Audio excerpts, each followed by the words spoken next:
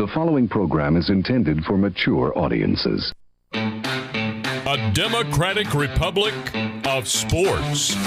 The Sportsocracy with ESPN Asheville hosts Tank Spencer and Jeremy Greene.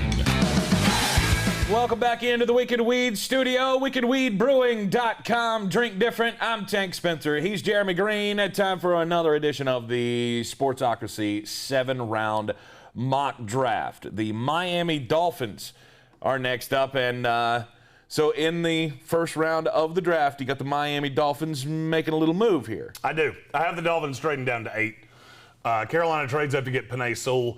Miami has made it pretty clear that they're not interested in Penei Sewell. Why that is, I don't know. I think that would be the best case scenario is you take him at 6. You put him on the left side, slide Austin Jackson to the right, and put Robert Hunt in at guard, which is where I think he fits better. They don't seem to be inclined to do that, so I have them moving down to 8 and taking Jalen Waddle. Unbelievable. It would be great to see Tua Tagovailoa matched up with Jalen Waddle. We saw them at Alabama together. I think this would, giving Tua a friendly face to throw to and, some camaraderie in that locker room might be the best case scenario for him to, make a rise in his sophomore season. Well, I mean, you got to think. You'd have Devontae Parker on the outside on one side, Will Fuller on the outside on the other side, and you got Jalen Waddle playing out the slot. Mm-hmm. That's pretty damn good, especially with Mike Gesicki. They had a running back later on in this draft that I fucking love. Being a damn Jets fan, watching Miami build this team is just pissing me off. I like what they're doing down there. Jalen Phillips at the 18th pick, edge rusher out of Miami. He's the best edge rusher in this class. I don't think it's even debatable. The problem with him is injuries. He's actually already retired once. He's had a ton of concussions. This is a guy that if that wasn't a problem, I think he would be a top 15 pick. He's going to follow the Dolphins here at 18. Obviously, being in Miami, they probably have a lot of tape on him, a lot of comfort with him. And I've heard they're all in. They think this is a guy that can be their Jason Taylor of the future. And watching the tape, I tend to agree with him. In the 7-round mock draft, Jeremy has all of the running backs falling. No running backs going in the first round. I have seen mock drafts that have the Miami Dolphins taking Javonte Williams at 18. But in this scenario, they all fall down to the second round, and Javonte Williams is there for the Miami Dolphins to take at 36. I love Javonte Williams. Hands are not great, so he's not going to be the pass-catching back, but... And a lot of people say, all of his was in a timeshare. Well, he's going to be in a timeshare in Miami, too, because Myles Gaskin's still going to get work. I look at this guy, and I love the violent way he runs. He reminds me of Chris Ivory that used to play for the Jets, played for the Saints. He just he embraces contact. He wants to make you feel what he does. And, as two people that work for the Carolina Radio Network, we've seen a lot of this kid. He's a phenomenal human being, and he would be a great running back for the Dolphins.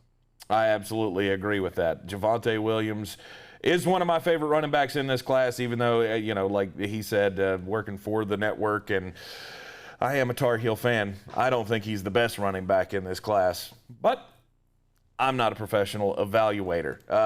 Let's go down to the next pick for the Miami Dolphins in the 2021 NFL Draft. At number 50 overall in the second round, Creed Humphrey out of Oklahoma, adding some beef to the offensive line. I can already hear people say, he's not going to fall to 50. Yeah, he will. You mark my words, yes, he will. Landon Dickerson goes right behind him. They could take Landon Dickerson, but I think Creed Humphrey fits the scheme better. He's got great hands, upper body strength. He's a very strong guy, good core. There's one problem. He did not get challenged at Oklahoma hardly ever. And the 2 times I saw him challenged by a NFL defensive tackle, he got fucking annihilated.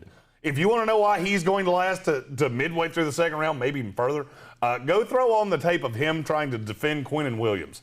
It was a disaster. I think he's a guard, not a center. I've said that the entire time. He can play center. I think he could, in time, be the replacement to Matt Skura down the line. He's not ready to be that right now, but you can put him in at guard right now.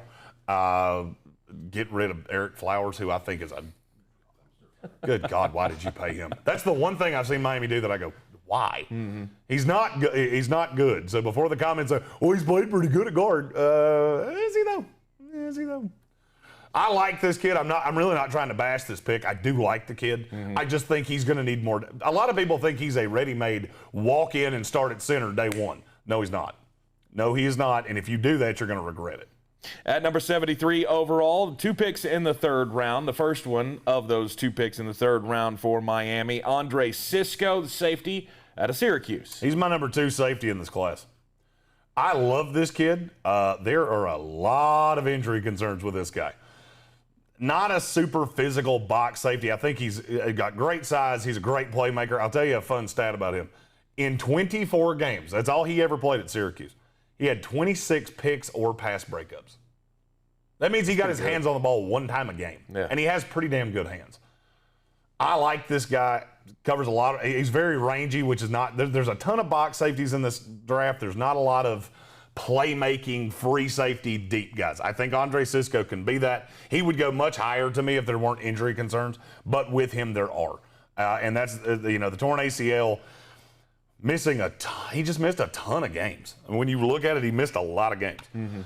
But the talent is fantastic on him. I only have Trayvon Mooring ahead of him at safety. And I think he would be a tremendous back-end piece of this secondary for the Miami Dolphins. At number 81, Spencer Brown, a tackle out of Northern Iowa, a guy who has been screaming up some boards since his pro day performance. He has. He's very nimble. He's very big. He's a big guy. And I'm talking height-wise. He's not super heavy. That's one of the concerns about him. One of the reasons you'll be able to get him back into the third round. But he is unusually nimble for a guy this size. I think this is. He's a project. He played at Northern Iowa. I don't necessarily think he's a lot of people think he's a guard. I don't necessarily think he's a guard. I think he can play tackle, but it's going to take some time. Never super highly rated even against bad competition, but there's so much to like from just a physical standpoint. And Miami in this scenario with the trade with Carolina, they have to wait a long time to pick again. So is it a little bit of a reach? Maybe, but I think you would have to I think you're going to have to take him in the top 100. Yeah. And they get him at 81. I don't think he falls out of the top 100. Yeah, it's going to be snooze fest time for the Miami Dolphins after that pick. And then they go sleepy. They can sleep through the day on Saturday. No need to get up early in the morning, barring any trades. They got 2 picks in the 7th round. Number 231, Riley Cole, a linebacker out of South Alabama. Hyper athletic. This is a guy that, raw. If this was chicken, it'd kill you. You got the salmonella, so bro. Raw. But he's got reasonably good size. I want to say 6'1", 6'2". A little thin, but he's very, very fast. Special team standout, I think, from day one. I think the minute he walks in the room, he's one of the best special teams players on the team. I think that has a value. I look in the 7th round for guys that can do that because that's a floor. That keeps you on the roster. That's how you make the roster. And he's a guy that can certainly do that. Level of competition that he's played is obviously a problem. But in time, I think he can develop into a 3-down linebacker and a 3-4. Eventually. It's going to take some time. But this would be a great pick to me at 231? 231. And the final pick for the Dolphins in the 2021 NFL Draft at 258, you got Whop Philyor, wide receiver out of Indiana. A wet ass, but what? Whop. No, with not H, that one. With an H. Whop. Has a H in it. I struggled with this pick, I'm not going to lie. I like this kid. There's a lot. The physical standpoint of him kind of bothers me because he's not a real big guy. But when the ball gets in his hand, good things tend to happen. Now, it didn't happen enough for me. There's a lot of suspect tape. He's only 5'11", buck 80. This is a slot-only guy. He cannot do anything else in this league. Very fast. I'm trying to say this in a nice So like a Leonte Carew? Oh, God, no. Leonte, what the hell does he do now? Who knows? Bagging groceries somewhere. Is he changing oil at a Jiffy Lube at this point? It's late in the 7th round. Just give us somebody. This is a guy that can get out on screens and just get the ball in his hand. All right, I'm just going to come out and say this because I don't know a nice way to say it. He never learned how to run a fucking route. That's the problem with this guy, is that you had to scheme him open because he did not know how to get past coverage. He couldn't get himself open. That's the reason he falls to one of the last picks in this draft. However, he has a crazy ability to do things when the ball's in his hand. I think he can be a kick returner at the next level. I'm not saying that's something Miami needs, but he is an option to put back there. This is one of those, you just hope you get something out of him, guys. I love the depth in this draft, but he's one of the top 10 to 15 satellite players in this draft. And what I mean by that is guys that just ball gets in their hand, good shit happens. Problem is, I don't know how you're going to get him open in the NFL. Well, all these guys will be happy to wind up with a team that is going to be, I think, real good. I think in the playoffs next year, no doubt they will be a threat in the AFC. And they'll be a threat at the top of their division as well. I foresee a very close race between them and the Buffalo Bills in that division. Sorry about you, Jets. Hey, they're going to be good too. You're not there yet. Jets are going to be good too. Just going to take a year. All gas, no break.